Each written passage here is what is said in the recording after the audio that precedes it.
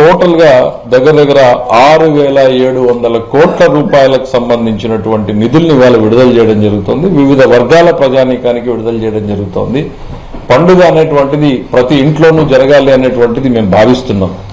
ప్రతిరోజు పండుగ కావాలనేంత వరకు కూడా మేము పనిచేస్తూనే ఉంటాం. ప్రతిరోజు పండుగలా ఉండాలి అనేటువంటిది. కాంట్రాక్టర్లకు సంబంధించి దాదాపు 586 కోట్ల రూపాయలు అవుతుంది. సో దాన్ని కూడా విడుదల చేయడం జరుగుతూ ఉంది.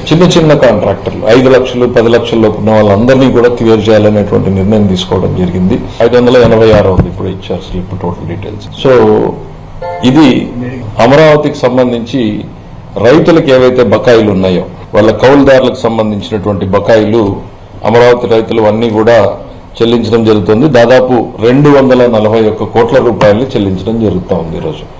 అంటే ఒకవైపు గత ప్రభుత్వ బకాయిల్ని చెల్లిస్తూ, మరోవైపు డే టు డే అడ్మినిస్ట్రేషన్ ని రన్ చేయడానికి ఎక్స్పెండిచర్ పెడుతూ, మరోవైపు భవిష్యత్తులో పెట్టుబడులు తేవడానికి పరిశ్రమల పెట్టుబడులు కావచ్చు, లేకపోతే రోడ్లని బాగు చేయడానికి కావచ్చు, లేకపోతే సాగునీటి కాలువల్ని బాగు చేయడానికి కావచ్చు, ప్రాజెక్టులు కట్టడానికి కావచ్చు, ఇవన్నింటికి నిధుల్ని సమకూర్చి ఈ రాష్ట్రాన్ని మళ్లీ పరుగులు పెట్టించే దిశగా ఇవాళ ప్రభుత్వం పనిచేయాలనేటువంటి లక్ష్యంతోనే మేము ముందుకు పోతా ఉన్నాం. ఎస్, ఇది కష్టమైనటువంటి పని అని మాకు తెలుసు.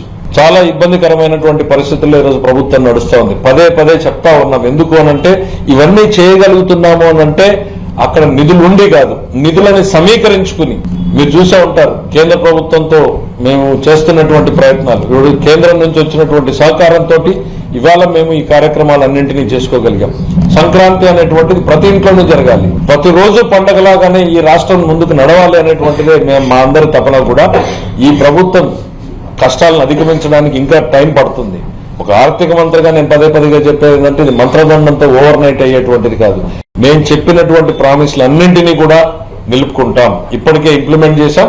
రాబోయేటువంటి నెలల్లో మిగిలిన వాటిని కూడా ఇంప్లిమెంట్ చేస్తున్నాం అనేటువంటి చెప్తూనే ఎన్ని కష్టాలున్నా సరే, ఎన్ని ఇబ్బందులున్నా సరే, ఒక్కొక్కటి చిక్కుముడి విప్పుకుంటూ ఒక్కొక్క దాన్ని అధిగమించుకుంటూ చెప్పినటువంటి ప్రామిస్లని, పాత బకాయిల్ని కూడా చెల్లిస్తున్నాం. ఒకరోజు కాదు, 2 రోజులు కాదు. ఇరిగేషన్ ప్రాజెక్టులు ఆగిపోయాయి, మీరు చూసారు రాష్ట్రంలో. రోడ్స్ ఆగిపోయాయి, బిల్డింగ్స్ ఆగిపోయాయి.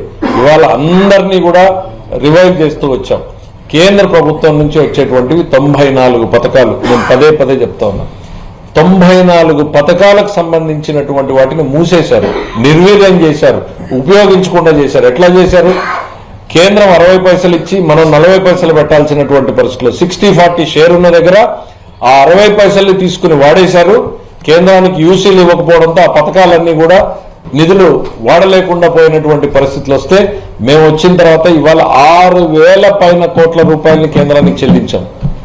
ఎందుకనంటే అవన్నింటికి యూటిలైజేషన్ సర్టిఫికెట్ ఇచ్చి ఆ పథకాలని దాదాపు 73 పథకాలని మేము రివైవ్ చేశాము ఇప్పటికీ.